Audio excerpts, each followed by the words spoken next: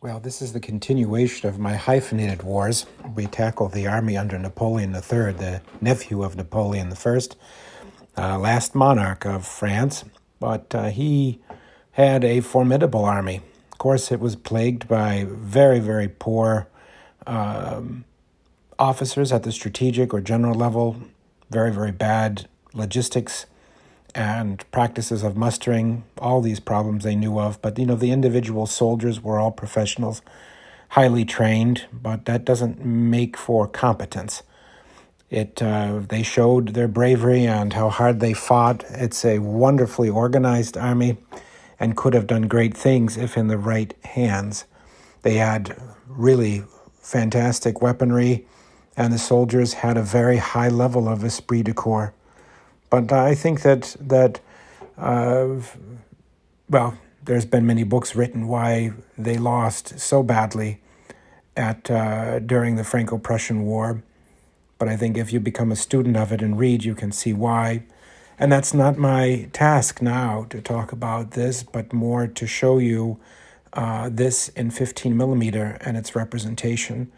I spent a lot of time assembling this army and putting it together, and I hope that you enjoy it. It's also, like the Prussians that I showed earlier, a very large army, and it's beautifully put together. I hope that you enjoy seeing it, and please leave me comments.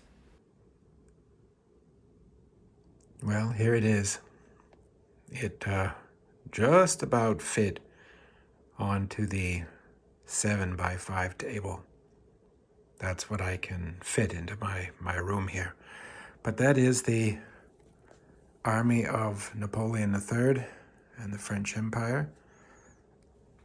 And yes, this is my gaming room, and in the background, of course, that's my painting room, and that's where I keep all of my terrain. But anyway, let's focus on the French army, Napoleon III. This is, of course, for the Franco-Prussian War, but you can actually use it for everything from 1840 all the way to the late 1880s, if you wanted to. People always ask me, how did I organize it? What did I do? And so I'll spend a little bit of time just kind of talking about the army itself. I organized it by corps.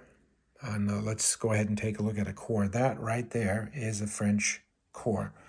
So there's your corps commander. I usually mount on a round, right? So a little bit larger than the rest. 3 figures, because that's about all that fits on there, to be honest. And a French corps had 3 brigades versus the Prussian that had 2.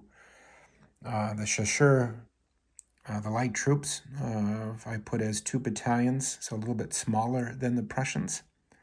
There's a division commander, so 1 division, 2 divisions, 3 divisions, and then 4 regiments for each division. So there's 1, 2, 3, 4, and then it's artillery. So I made the artillery a little bit smaller for the French, but then put a mitrailleuse in support. And yeah, so there's a little bit of mix of Zouaves and different kinds of, I didn't really go with an exact organization, but I think that would have been a corps for France. And I have 1, 2, 3 French corps assembled. This one here can be mixed in and out. This is a guard corps of guard chasseurs, guard voltigeurs and fusiliers, and turcos, and all kinds of different things. And this one is the same, just different units mixed in. And then that can be 2 more French corps. Those are just regular line infantry. Some Zouaves and others that I can move in and out. Well, the second half of the movie is coming up, where you can actually see some of the more individual units and talking a little bit more about how the army was organized. But Yeah, if you see anything that you think needs to be improved, please put it in the comments or send me a note. I fix things quickly and enjoy your comments. So anyway, that's it in its entirety, and I think I can maybe pan in just a little bit further there. The figures are mounted as I usually do on 40 by 40 bases, and they're painted to a fairly high standard. Spent a lot of time on the French, as you can see, and they're all predominantly Old Glory figures. I think they make a very nice figure, and yeah, it seems to match what I was looking for. But it's quite a large army. I mean, most people would agree. I might have gone a little bit overboard. What? You overboard? That's an understatement. But those are your typical standard line units, and I usually have 3 stands to a regiment. I can change based on the rules. I can make this entire line here a regiment, so increasing the scale, or I can pull it out depending. So anyway, over here is the cavalry, and of course that's split up by corps. I didn't do that because it's easier just to put them here in mass. I've got 4 Lancer regiments, and they're done quite nicely.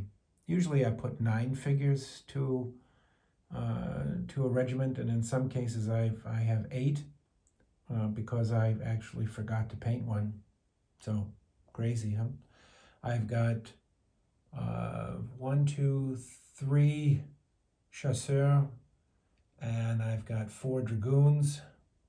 These are the dragoon regiments over here, and very nice. I mean, they really turned out extremely well. And then I've got 10 2 carabiniers, which you can see they really turned out very nicely. And then my cuirassier of the Empire. And then I have a chasseur cheval in the back. It's a little bit larger battalion. And of course, I've got the command stand with Napoleon standing on the top, which I think looks pretty cool. And I have an additional army commander just for some flexibility with staff adjutants there with them. So I could have a cavalry corps. We can split those up and put them into the various different corps structures, but it really helps if I'm redoing various battles that I can move the cavalry in and out as the scenario applies. But anyway, that is the French army of Napoleon III. I probably need to paint up some more artillery, although the scenarios that I've done really don't call for much more than what I have, but just to make it look good, if I added a few more, that would be okay. But some people ask, the quality of the figures. That's them. So that's my painting standard, and I don't think it's so bad. I don't put a lot of tufts, only on my leader stands. Otherwise, it would be an absolute fortune, to be honest with you, with the amount of stands, and I've got some bayonets and things to bend back. But I have, I think they're respectable. Certainly aren't up to the same quality as maybe others, but I think that in general they look pretty good. Well, at least for me they do. I paint for myself. So anyway, that's it. I'd like to get these out into various other games. some couple scenarios that I'd like to replay. But anyway, I hope that you really enjoyed seeing the army of Napoleon III. And it was a formidable army. I won't go into the history of their armament and organization, but they had a lot of supply issues. That was predominantly the problem, I think, and not a very good command structure.